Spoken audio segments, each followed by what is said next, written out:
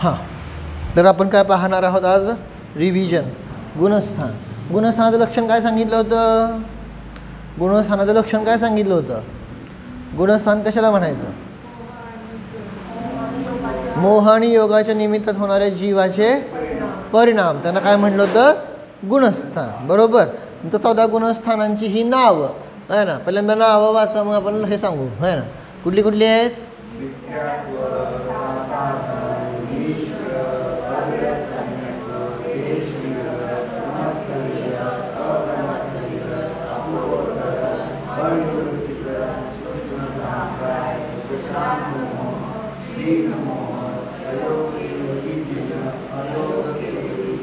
बरोबर. ही 14 गुणस्थानांची काय बघितली आपण?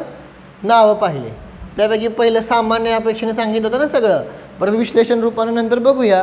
पण इथं सामान्य अभ्यास सांगितलं आहे, ज्यांची काय सांगितलेली आहे? श्रद्धा काय आहे? मिथ्या आहे. ते कोण आहेत? पहिल्या गुणस्थानावरती मिथ्यादृष्टी. दुसरे सांगितलं काय आहे? सासाधन आहे ना. ज्यांनी काय केलेली आहे? स प्लस आसाधन आहे ना. आसाधना म्हणजे विराधना केली आहे. स म्हणजे कशाची? सम्यक्त्वाची आहे ना. मग सम्यक्त्वाची विराधना करणारे जे आहेत ते कोण आहेत? सासाधन. त्यांच्या नावामध्ये सगळं लिहिलं आहे ना. कळतंय का नाही? पुढं सांगितलं होतं काय आहे? मिश्र. हे सगळं आपलं झालेलं आहे.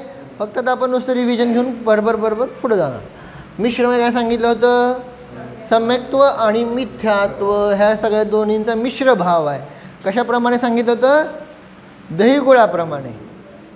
श्रीखंड दिलं ना उदाहरण, श्रीखंड आहे तशाप्रमाणे. पुढं त्यानंतर मग सांगितलं काय आहे? पुढं अविरत सम्यक्त्व. त्या शब्दामध्येच लिहिलं आहे का नाही? अ म्हणजे नाही आहे ना. विरत म्हणजे संयम आहे ना. संयम जरासुद्धा नाही, परंतु काय आहे? सम्यक्त्व आहे. म्हणून सांगितलं ज्यांची दृष्टी समीचीन आहे आणि जे कसे आहेत? असंयमी आहे. पुढं 5वं गुणस्थान सांगितलं होतं देश विरत. देश म्हणजे सांगितलं ना, देश म्हणजे एक देश, आंशिक विरत आहेत आहे ना. ते काय आहेत? एक देश संयमी. आत्ता सामान्य बघतोय, परत नंतर सगळं आपण काय बघणार आहोत? आता विस्तारपूर्वक बघणार. त्यानंतर पुढं सांगितलं काय होतं? प्रमत्त विरत. प्रमत्त म्हणजे सांगितलं काय आहे? प्रमाद आहे ना. प्रमादाने युक्त आहेत आणि विरत म्हणजे कसे आहेत? संयमी. आता हे देश नाही तर सकल देश आहेत, म्हणजे पूर्ण संयमी आहेत. कळलं का? परंतु प्रमादांनी युक्त.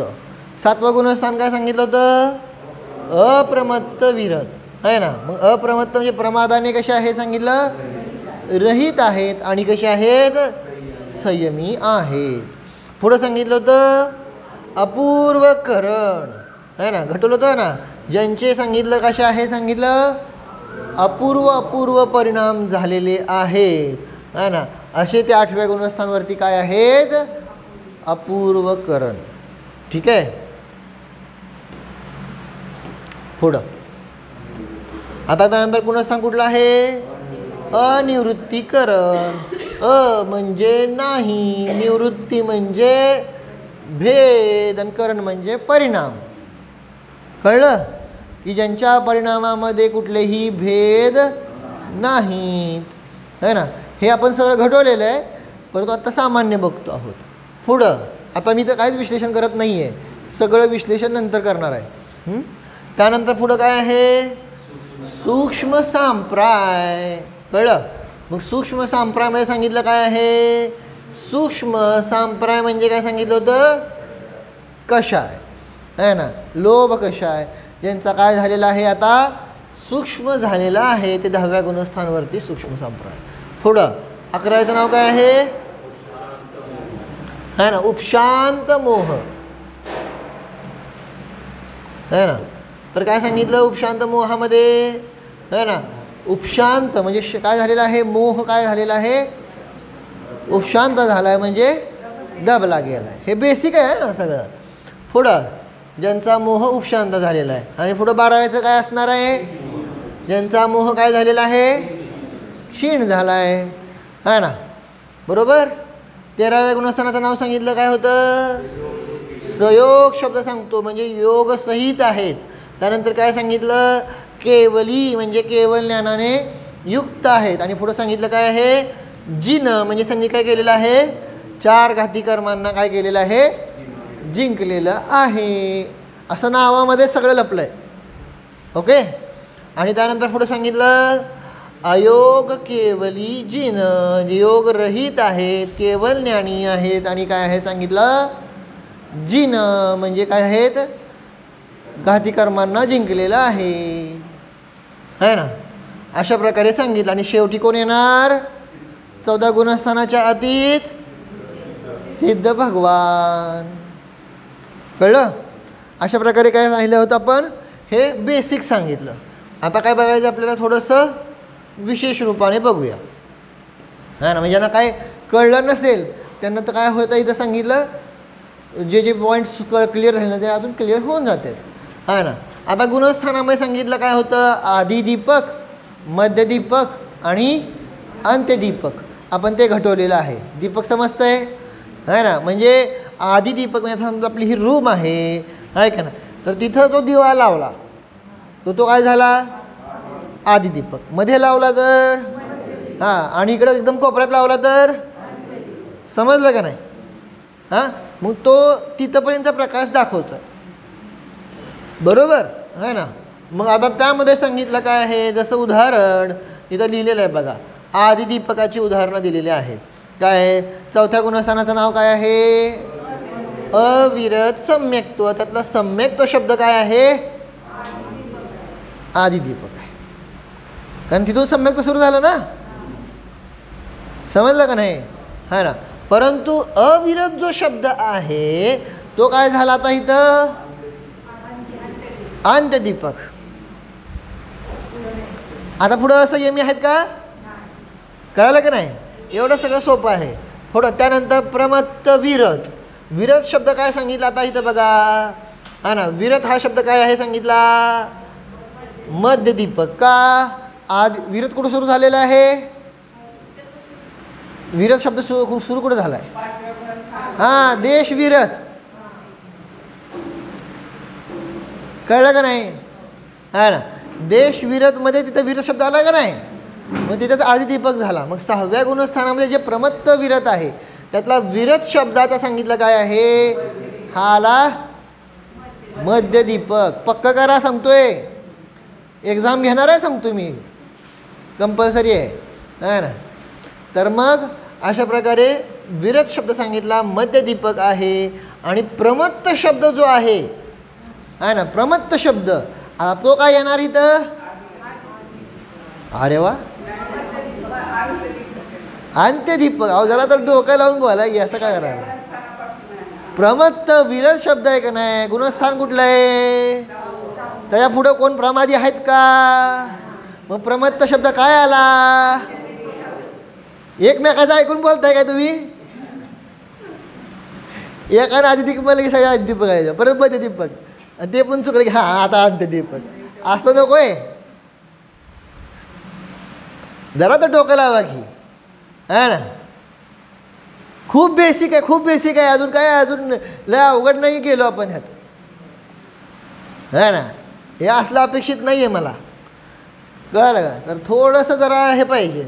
पुढं प्रमत्त सांगितलं आणि त्यानंतर पुढं सांगितलं काय आहे, संयोग केवली जिन. आता त्यामध्ये सांगितलं केवली जो शब्द आहे का नाही, केवली शब्द, केवली जिन म्हणा किंवा केवली शब्द म्हणा, तो काय आला आता इथं, आदिदीपक आला. इथं त्यांनी प्रमत्त विरतमध्ये विरत शब्द आदिदीपकच घेतला. ठीक आहे, आपण समजून घेऊ, काय अडचण नाही. आणि संयोग केवली जिनमध्ये केवली शब्द काय आला, आदिदीपक. केवल ज्ञानी त्याच्या अगोदर कोण सुद्धा नाहीत, कळालं का नाही. पण पुढचे 13, 14 सिद्ध हे सगळे कसे आहेत, केवल ज्ञानी आहेत. मग अशा प्रकारे आपण काय बघितलेलं आहे, आदिदीपक, मध्यदीपक आणि अंत्यदीपक. कळलं का. इथं हे सांगितलं. मध्यदीपकाचं उदाहरण काय घेतलं त्यांनी, संयोग केवली जिन. जिन शब्द जो आहे तो मध्यदीपक आहे ना. कारण सांगितलं काय आहे, मागचे जे आहे सम्यदृष्टी ते पण काय आहेत, जिन आहेत. पुढं अंत्यदीपक काय सांगितला, अविरत सम्यक्त्वाचा जो अविरत शब्द आहे तो आता घटवला की आता आहे ना, तो काय आहे अंत्यदीपक. प्रमत्त विरत मधला प्रमत्त शब्द अंत्यदीपक. सूक्ष्म सांप्राय मधला सांप्राय शब्द अंत्यदीपक आहे. आणि संयोग केवली मधला संयोग शब्द अंत्यदीपक. लक्षात येत आहे ना, हे बघून सांगताय. आता तुम्हाला न बघता सांगता आलं पाहिजे. काय म्हणलं कळलं का? हे बघून सांगणं सोपं आहे, न बघता सांगता आलं पाहिजे है ना, त्यातमध्ये खरं महत्त्वाचं आहे. हां, तर मग अशा प्रकारे सांगितलं आहे है ना. तर मग सांगा आता तुम्ही है ना, पाचव्या गुणस्थानाचं नाव काय आहे? काय आहे? देशविरत सम्यक्त्व. बरोबर आहे ना. तर देशविरत सम्यक्त्वामध्ये सम्यक्त्व जो शब्द आहे की नाही, तो कुठला दीपक आहे? हां, डोकं लावून स्वतः उत्तर आलं पेपर दिवशी. कळलं का नाही? कारण चौथ्यामध्ये जावं का नाही अविरत सम्यक्त्व. सो पाचव्यामध्ये काय येणार? मध्यदीपक. ठीक आहे. त्यानंतर पुढं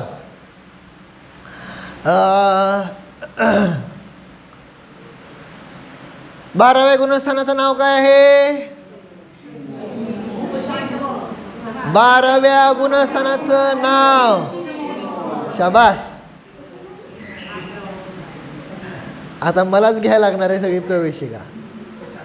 हां, 12व्या गुणस्थानाचं नाव काय? क्षीणमोह. त्यामधला मोह शब्द काय आहे? कळलं का नाही? हां, पुढं मग अशा प्रकारे सांगितलं मोह शब्द अंत्यदीपक आहे.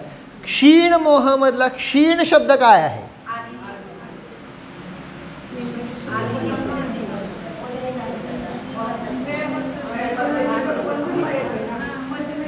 बरं, अपेक्षेने लाव चाल तसं आहे ना. मोहाचा थोडासा नाश सुरू झालेला आहे, त्या अपेक्षेने मध्यदीपक म्हणता येईल. परंतु पूर्ण मोहाचा नाश त्या अपेक्षेने काय येणार? तो आदिदीपक येणार. क्षीण मोह, क्षीण पूर्ण नष्ट. मग 12व्यात पण नष्ट आहे, 13व्यात पण नष्ट, 14व्यात पण नष्ट आणि सिद्धांमध्ये पण नष्ट. लक्षात आलं का नाही? ठीक आहे. अशा प्रकारे सांगितलं काय आहे आपल्याला. हे सगळं काय करायचं आहे? हे घटवायचं आहे. आता पक्क झालं ना सगळे दीपक? सगळे दीपक सिद्ध झाले का नाही? पक्के. हां, ठीक आहे. तर अशा प्रकारे हे सगळी चर्चा आपण पाहिलेली आहे. आता त्यानंतर पुढं जायचं ना. आता मी जे शिकवलं नाही आहे ते आता मी इथं घेतो. आता जरा थोडं है ना. 5 भाव. 5 भाव कुठले कुठले आहेत?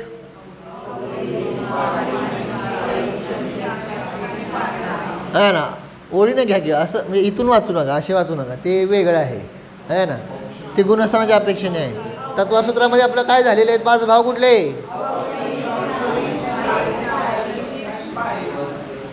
तत्वसूत्रामध्ये पहिला शब्द काय येतोय?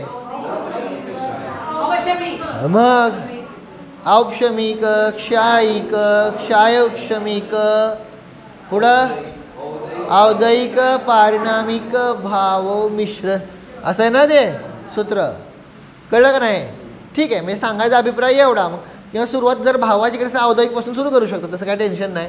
औदयिक, औक्षमिक, क्षायोक्षमिक, क्षायिक आणि पारिणामिक. 5 भाव कळले का? 5 भावाचं लक्षण माहिती आहे का नाही? 5 भावाचं लक्षण: औदयिक भाव, कर्माच्या उदयामध्ये होणारा भाव औदयिक भाव. औक्षमिक भाव, कर्माच्या उपशमामध्ये होणारा भाव काय आहे? औक्षमिक भाव. उपशमात होणारा भाव आहे का नाही? उपशांत मोह. 11 गुणस्थान कशाच्या बाहेर झालं? मोहाच्या उपशमामध्ये झालं का नाही, म्हणून तो औक्षमिक म्हटलं जातं. अभिप्राय ठीक आहे ना. उपशांत मोहाचा औक्षमिक भाव. ठीक आहे. त्यानंतर क्षयक्षमिक भाव, कर्माच्या क्षयक्षमात होणारा क्षयक्षमिक भाव. कळलं का नाही? है ना. क्षयिक भाव कर्माच्या क्षयात होणारा भाव. कळलं का नाही? तो काय आहे?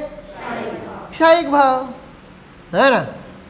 मोह कर्म नष्ट केलं, क्षीण मोह, त्यात जो झालेला भाव. एक उदाहरण स्थूल सांगतो, क्षीण मोह है ना.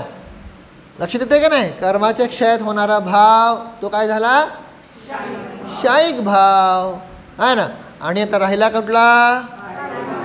पारिणामिक. मग हा, मग तो भाव तर होतोय, परंतु त्याला कुठल्या काही निलं काय आहे? कर्माच्या कुठल्याही उदय, उपशम, क्षय, क्षमामध्ये तो भाव होत नाही. बरोबर? समजलं? क्लिअर झालं का नाही? 5 भाव पक्के झाले का? का परत सांगायचं आहे? हां, काय विचारतोय? जाऊ का पुढं? चला आता इथं बघा. आता पहिले जी गुणस्थान आहेत ना, पहिले 4 गुणस्थानं त्यांनी सांगितले दर्शन मोहनीयाच्या अपेक्षेने घटवलेत. कळलं का? 2 मोहनीय माहिती आहेत ना आपल्याला? दर्शन मोहनीय, चारित्र मोहनीय. दर्शन मोहनीयाचे किती भेद? 3. कुठले कुठले? मिथ्यात्व, सम्यक मिथ्यात्व, सम्यक प्रकृती. पक्क केलं ना आपण. आता लागणार आहे हे सगळं आहे ना. हे 3 भेद बघितले बरोबर. आणि त्यानंतर चारित्र मोहनीयाचे किती भेद आहेत? 25. कुठले 25? 16 कशाय, 9 कशाय. 16 कशाय कुठले? अनंतानुबंधी, अप्रत्याख्यानावरण, प्रत्याख्यानावरण, संज्वलन ह्यांचे क्रोध, मान, माया, चारिचोक. समजलं ना? हा ना. आणि त्यानंतर पुढचे 9 कशाय कुठले?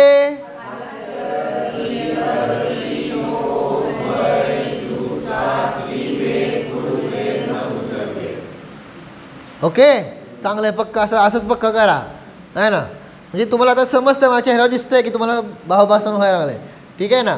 तर अशा प्रकारे हे काय झालेले आहेत. हां, मग सांगितलं दर्शन मोहनीयाचे 3 भेद, चारित्र मोहनीयाचे 25 भेद. अशा प्रकारे मोहनीयाचे किती झाले?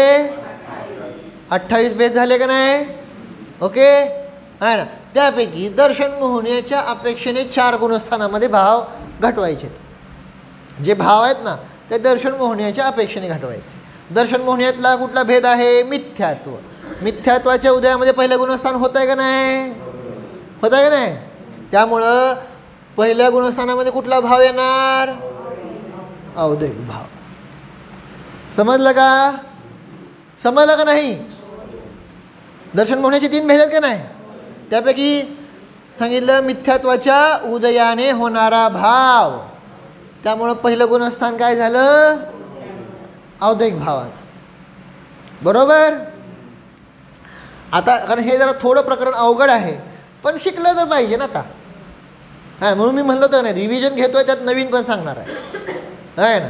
आता त्यामध्ये मला माहिती हे शिकवलं नाही, मी स्किप केलं तर. पण आता जर जास्त पब्लिक नाही म्हणलं की मग आता म्हणलं है ना, जे आलेले आहेत ते रुचिवंत आहेत असं समजून शिकवायचं आहे का नाही. त्यामुळं पुढं आता दुसरं गुणस्थान. दुसऱ्या गुणस्थानामध्ये काय आहे? आता काय म्हणले? पारिणामिक. आता हे का म्हणलं हे नीट समजून घ्या. पहिल्यांदा लक्षात घ्या, दुसरं गुणस्थान क्रिएट कशामुळं होतं? आपण घटवलेलं आहे. दुसऱ्या गुणस्थानामध्ये कशाचा उदय येतो सांगितलं? अनंतानुबंधीपैकी एकाचा उदय येतो का नाही? पण मिथ्यात्वाचा उदय असत नाही. बरोबर. अनंतानुबंधी कुठली प्रकृती आहे? कुठली? हा, तेच की कुठली प्रकृती आहे? चारित्र मोहनी आहे का नाही? बरोबर का नाही? पण आपण काय घटवतो आता? दर्शन मोहण्याच्या अपेक्षेने घटवत आहोत. समजतंय का? मग दर्शन मोहण्यामध्ये 3च, मिथ्यात्व, सम्यक मिथ्यात्व आणि मग ह्यापैकी कोणाचा उदय, उपशम, क्षय, क्षयक्षम होतोय का? ज्यामुळे दुसरं गुणस्थान होतंय? नाही. दुसरं गुणस्थान कुणामुळे होतंय? चारित्र मोहण्याच्या अनंतानुबंधीच्या उदयामुळे होतंय. पण चारित्र मोहण्याची इथं अपेक्षा, जर इथं चारित्र मोहण्याची अपेक्षा असती तर मग इथं लिहिलं असतं औदैहिक. कळलं का नाही?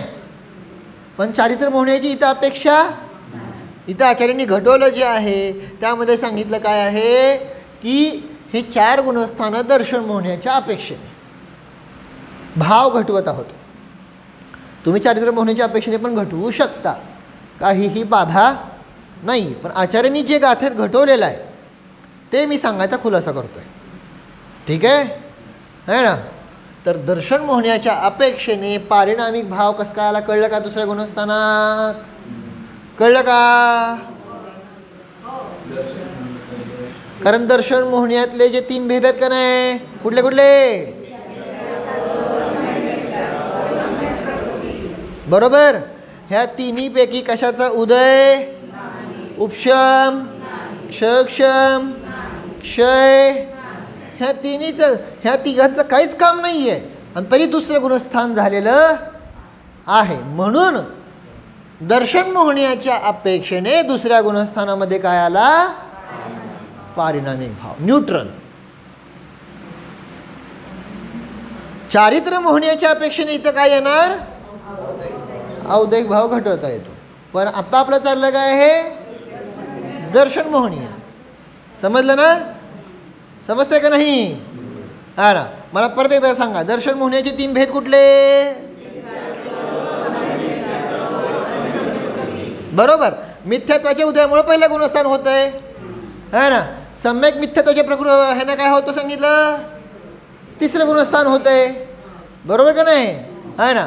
आणि सम्यक प्रकृतीच्या येण्यामुळे काय होतं सांगितलं? 4थं गुणस्थान होत आहे. बरोबर आहे का नाही? हां. परंतु दुसरं गुणस्थान कशामुळे होतं आहे?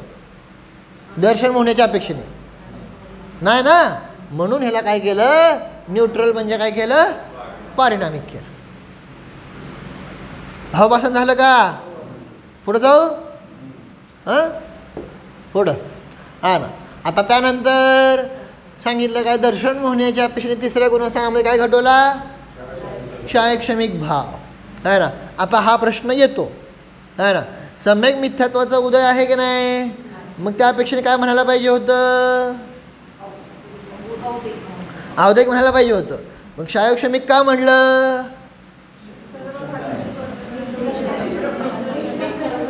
हां, है ना. का म्हटलं तिथं? आय थिंक खाली लिहिलं नाही, लिहिलं आहे ना. मी लिहायला पाहिजे. ठीक आहे, नाही लिहिलं आहे ना. 3ऱ्या गुणस्थानामध्ये सांगितलं काय आहे? 3रं गुणस्थान उदयाने होत नाही आहे, है ना. तिथं क्षयक्षमाने होत आहे. समजलं का नाही? मिथ्यात्वाच्या उदयाने औदैहिक भाव झालेला आहे, मिथ्यात्वाच्या क्षयक्षमाने नाही झाला.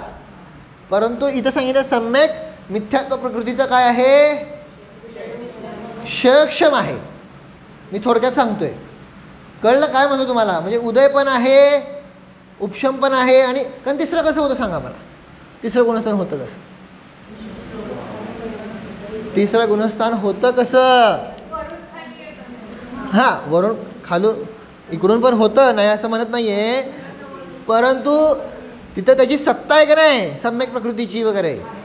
कळलं का नाही? तेव्हाच काय होतं सांगितलं? 3रं गुणस्थान होतं आहे. कळलं का नाही? मग ते जे 3रं होतं आहे ते सांगितलं काय आहे? ना क्षयक्षमाच्या निमित्तात होतं. म्हणून दर्शन मोहनेतल्या अपेक्षेने सांगितलं काय आहे? हे कुठलं आहे? क्षयक्षमिक भाव. समजलं का नाही?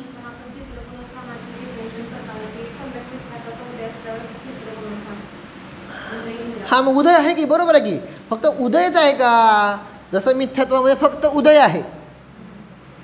आता पुढे जाऊन ते सांगा की सम्यक प्रकृतीचं सांगितलं काय आहे? आता काय आहे? इथं उदय आहे की नाही? पण इथं औदैहिक लिहिलं का मग 4थ्या गुणस्थानात? नाही, है ना. का? हां, मिथ्यात्व नाही. बरोबर. कारण तिथं सांगितलं 3 प्रकारचं सम्यक होतं का नाही? औक्षमिक, क्षयक्षमिक, नाहीतर क्षयिक. कळलं का नाही? त्याच्या अपेक्षेने तिथं ते घटवलेलं आहे. कारण सांगितलं काय आहे? नुसतं उदयानं होत असतं तर मग ते म्हणलं असतं की ते औद्योगिक भाव आहे. नुसत्या उदयानं होत नाही आहे, सम्यक प्रकृतीचा उदय आहे, पण नुसता उदय आहे का? तिथं काय आहे? उपशम पण आहे आणि क्षय पण आहे. म्हणजे हे क्षायोक्षमिकच ना, औक्षमिक क्षयची सगळ्या चर्चाच नाही आहे. कळलं का नाही? हे क्षायोक्षमिकमध्ये देतं ना ती सगळी गोष्ट. मग क्षायोक्षमिकमध्ये सम्यक प्रकृतीचा काय आहे? उदय आहे, पण नुसतं उदय आहे का? प्रश्न तो आहे, नुसता उदय का? है ना, नुसता उदय नाही आहे. तिथं मिथ्यात्व आणि सम्यक मिथ्यात्व यांचा काय झालेला आहे? उपशम पण झाला आणि क्षय पण झाला आहे, म्हणून ते क्षायोक्षमिक भाव झाला. क्लिअर झाला का नाही? हां, मला माहिती आहे हे. हां मग चौथा गुणस्थान आहे. चौथ्या गुणस्थान जे प्रगट झालं आहे ना, तिथे समजा सम्यक प्रकृतीचा उदय आला तर कुठलं सम्यक तो होतं? सम्यक प्रकृतीचा उदय आला तर कुठलं सम्यक तो होतं? क्षायोक्षमिक. बरोबर का नाही? बरोबर का नाही? हां, मग सम्यक प्रकृती, मग फक्त उदय आहे का तिथं? सम्यक प्रकृतीचा नुसता उदय नाही आहे, तिथं मिथ्यात्व आणि सम्यक मिथ्यात्व तीन तुकडे झालेत ना. त्यामुळे मिथ्यात्व आणि सम्यक मिथ्यात्व ह्यांचा उपशम पण आहे आणि क्षय पण आहे. ते घटवलं तुम्हाला उपशम आणि क्षय कसं काय उद्याच्याला पहिला सांगतो आहे ना. आता आज नाही मी ते घटवत, क्षयक्षम कसं असतो ते उद्याच्याला सांगतो. ठीक आहे ना. तर सांगितलं होतं का नाही? सद्वस्थारूप, उपशम, उदयाभावी, क्षय घटवलं का नाही आपण? हे सगळं आठवत आहे का नाही? तीन तुकडे झाले तेव्हा आहे ना. मग नुसता उदय आहे का? नुसता उदयात जर झालं असतं तर औद्योगिक भाव म्हणलं असतं. क्लिअर झालं का? काय म्हणलं, कळलं का नाही? म्हणून सांगतो की मी आता चौथं सांगायला लागलोय, मग तिसऱ्यावर येतो. मला माहिती आहे, पण आता चौथं कळलं का तुम्हाला काय झालं ते? आहे ना, इथं फक्त उदयात होतं, मिथ्यात्वाच्या फक्त उदयात होते. मिथ्यात्वाच्या क्षयक्षमात होते का? क्षयात होते का? औक्षमिकमध्ये होते का? पहिलं गुणस्थान नाही, मिथ्यात्वाच्या फक्त उदयच आहे. क्लिअर कट उदय. ओके. परंतु तिसरं आणि चौथ्या गुणस्थानामध्ये जेव्हा सम्यक प्रकृतीचा उदय आहे तेव्हा नुसतं उदय नाही आहे. हां, इथं सम्यक प्रकृतीचा उदय आहे, मिथ्यात्व आणि सम्यक मिथ्यात्व यांचा काय आहे? उपशम पण आहे आणि क्षय पण. इथं फक्त सम्यक मिथ्यात्व प्रकृतीचा उदय नाही आहे, तर मिथ्यात्व आणि सम्यक प्रकृती यांचा काय आहे सांगितलं? उपशम पण आहे आणि क्षय पण आहे. तेव्हा तिसरं गुणस्थान होतं. समजतंय का? जड झालं तर टेन्शन घेऊ नका, त्याच्यावर परत सांगतो. मला माहिती आहे हे जरा अवघड प्रकरण आहे, म्हणून तर मागच्या वेळेस घेतलं नव्हतं. पण आता तुम्हाला आता रुटीन झालंय ना चौथ्या गुणस्थानाचं. आता फक्त भावांचं रुटीन नाही, त्यामुळे अवघड वाटायला लागलं. असं दे, टेन्शन घेऊ नका. आहे ना, उद्याच्याला बरोबर 8:45 वाजता या, मी बरोबर सांगतो. ठीक आहे.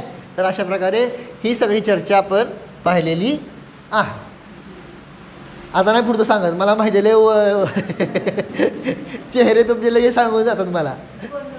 हां, नाही मला सांगायला त्रास नाही आहे, परंतु तुमची आता कॅपॅसिटी संपली आहे, मला कळलं आहे. ओके. आता काय झालं एवढं लक्षात घ्या, एवढं सांगतो आणि थोडक्यात सांगतो. काय काय झालं आहे? मी ह्या दर्शन मोहण्याचे 3 भेद कुठले कुठले?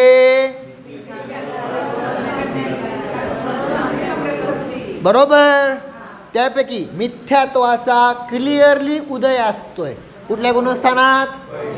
सो म्हणून इथं काय म्हणलं? इथं क्लिअर झालं. आता दुसरं गुणस्थान क्लिअर करा.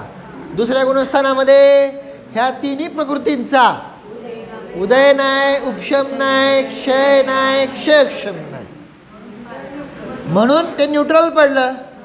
म्हणजे दर्शन मोहण्याचं काहीच काम नाही तिथं. दुसऱ्या गुणस्थानामध्ये चारित्र्य मोहण्याचं आहे, दर्शन मोहण्याचं काही काम. आपण दर्शन मोहण्याच्या अपेक्षेने बघत आहोत, म्हणून दुसरं गुणस्थान काय झालं? पारिणामिक भाव, दर्शन मोहण्याच्या अपेक्षे.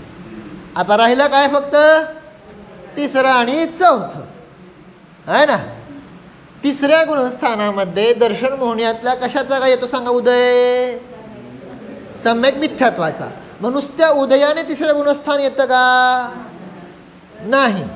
3 तुकडे पडले असतात का नाही? कळलं का नाही? तर उदय आहे प्लस मिथ्यात्व आणि सम्यक प्रकृती ह्यांचा काय आहे? उपशम पण आहे, क्षय पण आहे. म्हणून तिसऱ्या गुणस्थानात भाव कुठला सांगितला? क्षयक्षमी. समजलं? नाही समजलं उद्या तुला परत सांगणार आहे कशी प्रोसेस होते ते उद्या सांगणार मी. ते सगळं हे काढतो पॉईंट्स वगैरे, ठीक आहे ना. आणि चौथ्या गुणस्थानामध्ये मिथ्यात्वाचा उपशम झाला, होणारा औपशमिक सम्यक्त्व. औपशमिक भाव झाला का नाही? मिथ्यात्वाचा क्षय झाला है ना, होणारा सम्यक्त्व. क्षयिक भाव झाला का नाही? बरोबर का नाही? पण क्षयक्षमिक भाव आता मिथ्यात्व नाही. आधी तर काय झालं? सम्यक प्रकृतीचा उदय आला. पण नुसता उदय का? तो एकटा येत नाही आहे. त्याच्याबरोबर काय झालेलं आहे? हां, मिथ्यात्व आणि सम्यक मिथ्यात्व ह्या दोघांचा काय झालेला आहे? क्षय पण झालेला आहे आणि उपशम पण झाला आहे. म्हणून तिथे काय आलं? म्हणून तिथं औदयिक भाव येत नाही.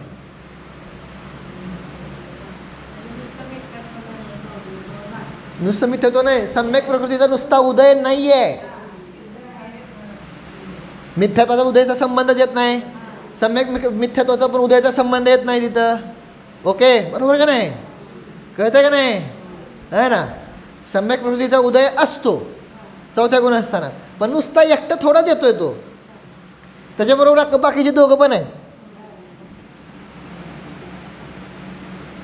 समजलं का नाही? नुसता एकटा. इथं कसा फक्त एकटा मिथ्यात्वाचा उदय आला म्हणून औदयिक म्हणून टाकलं.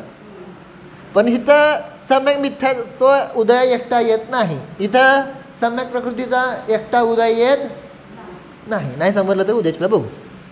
बस झालं. शोभा काकी ध्यान सांगता का? सांगा.